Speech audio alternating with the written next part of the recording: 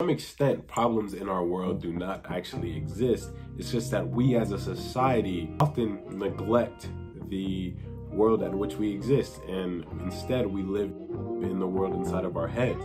Right when we are born, we are taught, or we have this instinct in order to express ourselves in order to get what we need. In the same way that a baby will cry in order to get the attention of its caregiver if it has an issue, if it needs to be fed, or something else. And we grow up with the idea that everything that blocks our path, or every obstacle in our path, is a problem. And due to this, we let external forces inside our internal world. And in the beginning, I said to some extent, because what we know as emotions and feelings are genuinely real things. They are chemical reactions in your brain, and they do make you feel certain ways. From when we're young, we are told to associate certain things with certain emotions, certain words, and certain stimuli with certain feelings and reactions.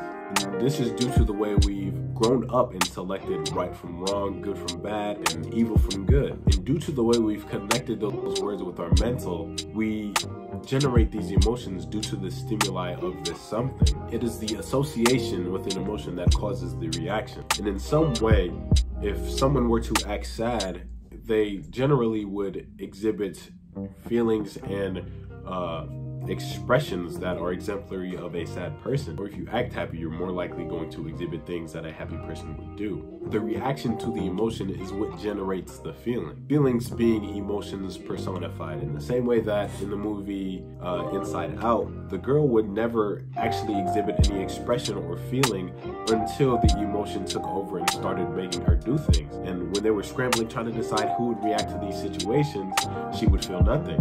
Not saying that we should numb ourselves to emotions and feelings, but we should regulate how we react to certain situations. People in society thrive off the reactions of others in order to stimulate their own emotion. And I realize that this is a common theme in my recent videos, to say that you have the power to dictate your life.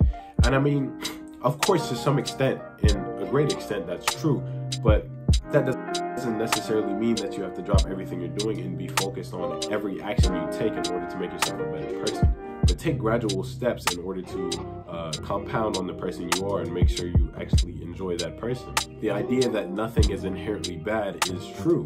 It is just a perspective of the person or thing that gives this bad connotation. Applying our own mentality into the outside world is one of the ways we make it our own. It is common for readers and writers to leave some of their work up to the interpretation of the viewer or the audience, and they do this in order to allow the interpreter to make their own meaning and value the art for what they stand for, rather than a written out meaning. In this way, value only exists in material things after we attach some type of emotion to it. In the same way that money buys things that make us happy, so we associate money with happiness. It is the association that causes this reaction.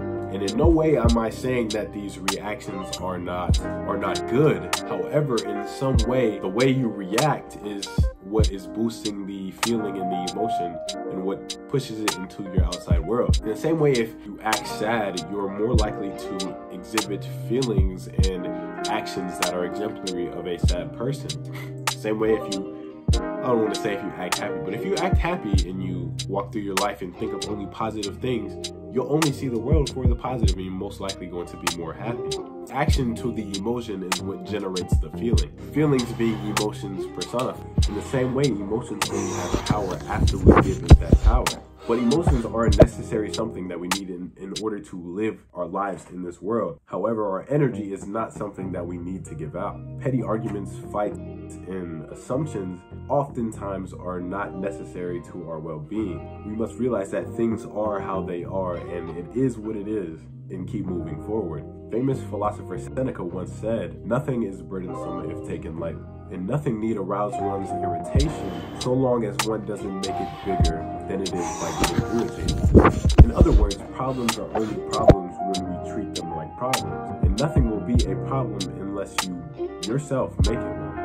Instead of being impulsive, take the time to think if it's worth your time, and most time it isn't. Lastly, don't let other people dictate how you view problems in your own life. And if you made it this far in the video, thank you for watching. If you're not already, subscribe if you want, and make sure to like.